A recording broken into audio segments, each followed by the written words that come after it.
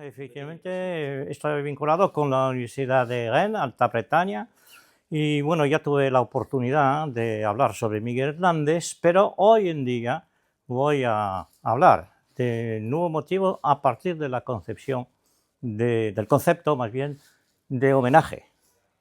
¿Cuál es la principal conclusión de su tesis? Bien, bueno, entonces hay que comprender que muy pronto se manifestaron poetas sobre la figura de Miguel Hernández, pero escribir a raíz de su muerte y escribir 40 años más tarde, eso significa una evolución importantísima en cuanto a la forma poética usada, porque todo lo que podía venir inspirado por la elegía se está modificando al filo de los años.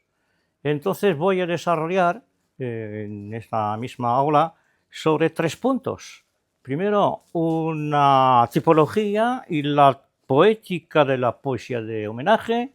Segundo, la extensión sociológica del culto a Miguel Hernández, porque bueno, en muchas ciudades se ven cartelones que rezan versos de Miguel Hernández. Y este fenómeno sociológico tenemos que explicarlo. Y por fin, un tercer eje que yo quisiera explicar es que el luto poético está, no es que está cambiando, por supuesto, pero viene a dar pie a una nueva forma de lirismo.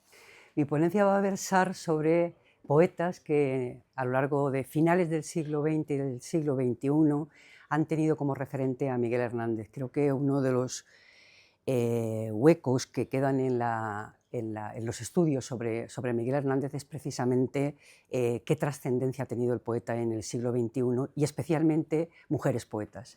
De manera que yo voy a hablar de poetas de América Latina, que me parecen que en estos momentos son muy importantes. Empezaré por una poeta que escribe en zapoteco, está traducida también al español, que es Irma Pineda. Después hablaré de otra poeta de referencia, una nicaragüense, que es Gioconda Belli, y pasaré por Colombia con Piedad Bonet, y después por Ciudad de México con Julia Santibáñez, y terminaré con una poeta española que es María Ángeles Pérez López. Les hice unas breves entrevistas, eran 3 cuestiones a las que ellas me respondieron. En primer lugar, cómo conocieron la poesía de Miguel Hernández, después, qué poemas son los que escogen de Miguel Hernández, y finalmente, si Miguel Hernández ha tenido alguna influencia en la poesía que ellas escriben.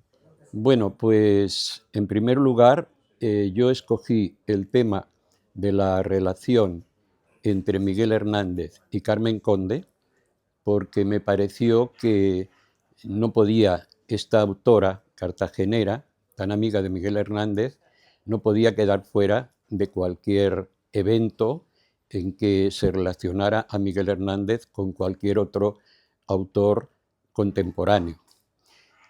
Por lo demás, debo decir que no voy a centrarme en la presencia de Miguel Hernández en la poesía de Carmen Conde, sino en la obra entera de Carmen Conde, sobre todo en la obra en prosa de Carmen Conde.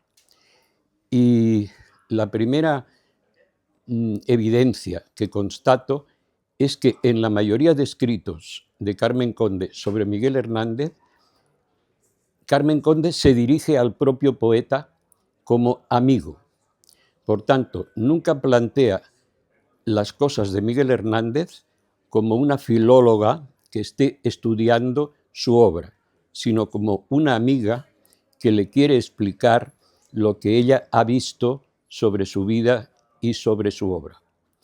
Y por tanto, creo que ella ha dejado a todos nosotros, empezando por los que estamos aquí, la tarea de indagar, profundizar, matizar, concretar las cosas que nosotros advirtamos como filólogos. Ella nunca se presenta como una filóloga, sino como una amiga. No obstante, viendo lo que dice de Miguel Hernández, se observa que muchas de las cosas que dice los filólogos no han tirado del hilo y por tanto sigue siendo de gran originalidad lo que ella nos ha propuesto como intérpretes de la obra y de la persona de Miguel Hernández. Es una reflexión la que realizo sobre Miguel Hernández como protagonista teatral, es decir, las obras que se han dedicado a Miguel Hernández en el teatro contemporáneo. Es curioso que también hay múltiples espectáculos, tengo unos 30 de dramatización de sus textos, de su poesía, de fragmentos de su vida, pero hay 12 obras de teatro que tienen interés y que hablan sobre Miguel como protagonista de la obra, vamos, como protagonista de una obra. Hago una reflexión. La primera vez fue Marcos Sana en el penal de Burgos, el que realizó en 1960 con los presos clandestinamente una representación.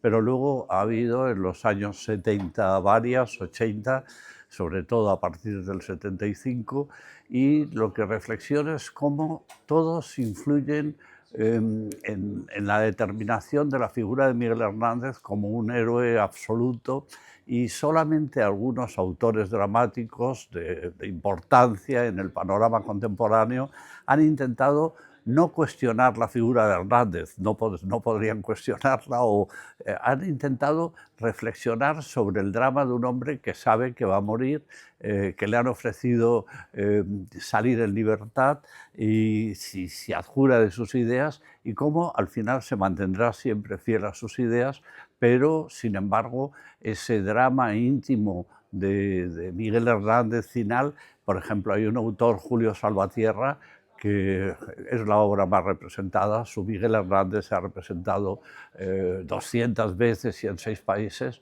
y resulta que Julio Salvatierra sí que cuestiona no la figura, sino ese final de Miguel Hernández, en donde Miguel Hernández tendría que titubear, tendría que dudar, aunque a fin de cuentas se afirma a sí mismo.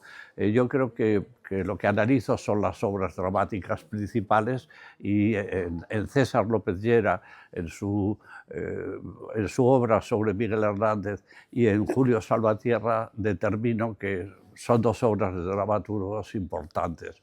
También la figura de Josefina Manresa ha tenido ya tiene varias obras teatrales. Pero en todo caso, insisto, creo que se trata de afirmar una figura que pueda hasta titubear en el teatro, porque es importante no crear imágenes, podríamos decir, esculturas fijas de héroes a través de nadie, sino en todo caso dar su determinación humana, que es importantísimo.